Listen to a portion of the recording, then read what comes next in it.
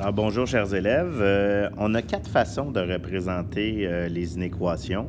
La première, c'est sous forme d'extension. Alors on dit pour représenter un sous-ensemble fini ou un sous-ensemble infini qui représente une régularité. En fait, quand on veut représenter des données, quand on a une variable discrète, comme vous remarquez ici, là, on va utiliser des accolades à chaque fois pour représenter cet ensemble-là. Donc, ça veut dire que c'est juste des valeurs qu'on dit entières. Donc, on dit on énumère les éléments entre accolades et on les sépare par une virgule. Donc, on dit si on veut, par exemple, le premier exemple, les nombres entiers compris entre 5 et 9 inclusivement.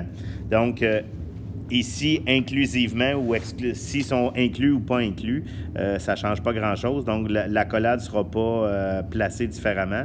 Donc, on va juste aller nommer tous les nombres de cette façon-là. Donc, par exemple, entre 5 et 9, c'est facile. On a 5, 6, 7, 8, 9.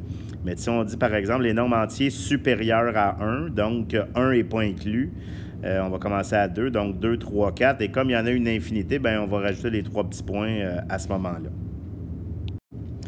Alors, la deuxième façon de représenter une équation, c'est sous forme de compréhension. Moi, je trouve que c'est peut-être la plus difficile parce qu'il y a des symboles particuliers qu'il faut utiliser dans cette notation-là. Donc, on dit que sous forme de compréhension, c'est pour représenter tout sous-ensemble de nombres réels qui s'apprête à une description. Donc, on définit d'abord entre accolades l'ensemble de références et on décrit ensuite les éléments de l'ensemble. Donc, par exemple, ici, si on regarde le premier exemple, on veut décrire les nombres entiers inférieurs à 9. Vous remarquez que je vais écrire en bas ici, là. Donc, on va aller utiliser l'accolade, par exemple. On va utiliser l'accolade comme ça. On va dire que notre variable, on peut prendre n'importe quelle variable. Donc, dans ce cas-ci, on va prendre x. Donc, on dit les nombres entiers. Donc, c'est bien important, on parle des nombres entiers. Donc, les nombres entiers, on va utiliser le symbole E pour dire que c'est élément. Et les nombres entiers, c'est l'ensemble Z. Donc, l'ensemble Z, les nombres négatifs, les nombres positifs. Alors, ça, c'est nos nombres entiers et ils sont inférieurs à 9. Donc, X est élément de Z. La barre verticale, qu'est-ce qu'elle veut dire? Ça veut dire tel que. Donc, X est élément de Z, tel que X est plus petit que 9. Et on vient fermer notre accolade. Donc, vous l'avez ici, donc ça se lit X est élément de Z tel que X est inférieur à 9. Alors, tous les exemples où on a une variable discrète, c'est-à-dire que, par exemple, dans un contexte de nombre de personnes, nombre d'objets, tout ce qui se compte en entier, à ce moment-là, on va utiliser X est élément de Z de cette façon-là. Tous les autres problèmes où on a une variable qui est dit continue, la seule différence, c'est la partie en avant ici. Donc, dans le deuxième exemple, c'est cette partie-là qui change. Donc, on dit X est élément de R. Donc, si on veut décrire les nombres réels compris entre -1 non inclus et 7 inclus, si on veut toutes ces valeurs-là, donc toutes les valeurs, comme ça peut prendre n'importe quelle valeur, donc on est dans l'ensemble des nombres réels. On n'est plus dans l'ensemble des nombres entiers parce que là, on peut prendre toutes les valeurs. Donc, on va, donc X, ici, de la façon que c'est écrit, X est plus petit ou égal à 7 parce qu'on voulait que 7 soit inclus, et X est plus grand que -1. Donc, ça, c'est la façon qu'on va aller décrire un ensemble sous forme de compréhension. La troisième façon, c'est sur la droite numérique. Évidemment, la droite numérique, vous l'avez expérimenté dans l'activité, les activités d'ESMOS que vous avez fait au cours précédent, dans un cours précédent, pardon. Donc, on dit, la droite numérique, c'est pour représenter un sous-ensemble de nombres ou un intervalle de nombres réels sur une droite numérique. Donc, évidemment, ce que vous avez vu aussi à ce moment-là, c'est ici, on a le rond fermé et le rond ouvert. Donc, le rond fermé, je vous le rappelle, ce que ça veut dire, c'est que la donnée à ce point-là, elle est incluse. Donc, signifie que la borne est incluse. Et quand le rond est ouvert, signifie que la borne n'est pas incluse, tout simplement. Donc, c'est pas compliqué. On va aller ici, dans ce cas-ci, aller représenter les points sur la droite numérique. Donc, si on veut juste des valeurs entières, donc si on veut juste les nombres entiers, c'est bien important, les nombres entiers, compris entre 5 et 8 inclusivement. Donc, 5, 6, 7, 8. Donc, vous remarquez qu'il y a juste des points à ces valeurs-là. Il n'y a rien qui est relié entre les points. Et là, comme 5 et 8 est inclus, bien, 5 et 8 sont en point noir. Si on avait dit que 5 et 8 n'étaient pas inclus, bien, vous n'auriez pas vu de point ici à 5 et 8.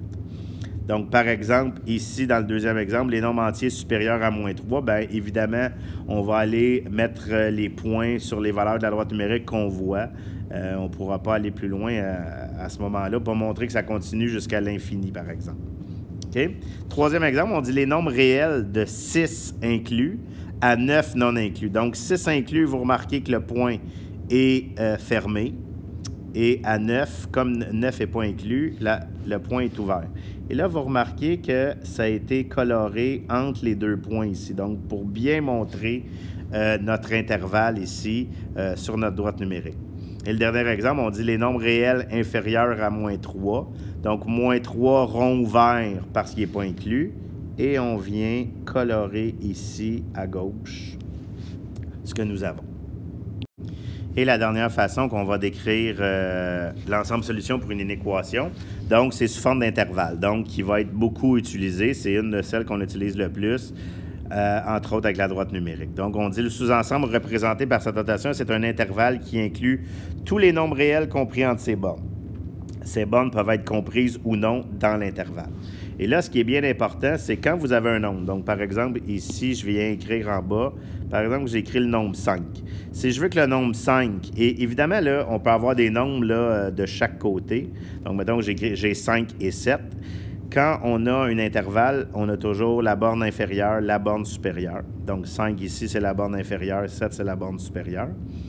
Et bien, ce qui reste à faire, c'est d'aller écrire le crochet. Le crochet qui va être ouvert ou fermé selon si la valeur est incluse ou non. Donc, ça veut dire que quand la borne est à gauche comme ça, si le 5 il est inclus, je vais aller faire une borne fermée comme ça. Et s'il n'était pas inclus, j'aurais fait une borne ouverte comme ça. Même principe ici. Si le 7, pour la borne supérieure, si le 7 est inclus, j'aurais fait un crochet comme ça.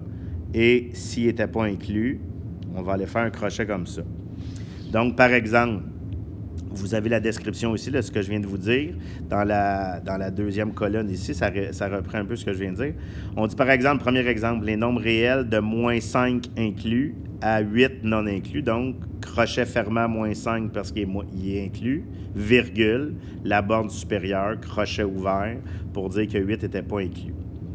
Quand on a plusieurs données et ça va jusqu'à plus ou moins l'infini, bien, vous voyez qu'on a des symboles qu'on va aller utiliser ici, plus ou moins l'infini.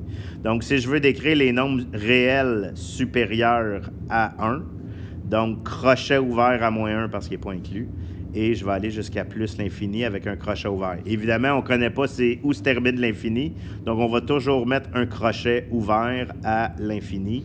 Et même chose avec le dernier exemple. Ici, on dit les nombres réels inférieurs ou égaux à 12. Donc, crochet ouvert à moins l'infini. Donc, de moins l'infini jusqu'à 12. Et comme 12 est inclus, parce qu'à cause de égaux, bien, on va mettre un crochet fermé.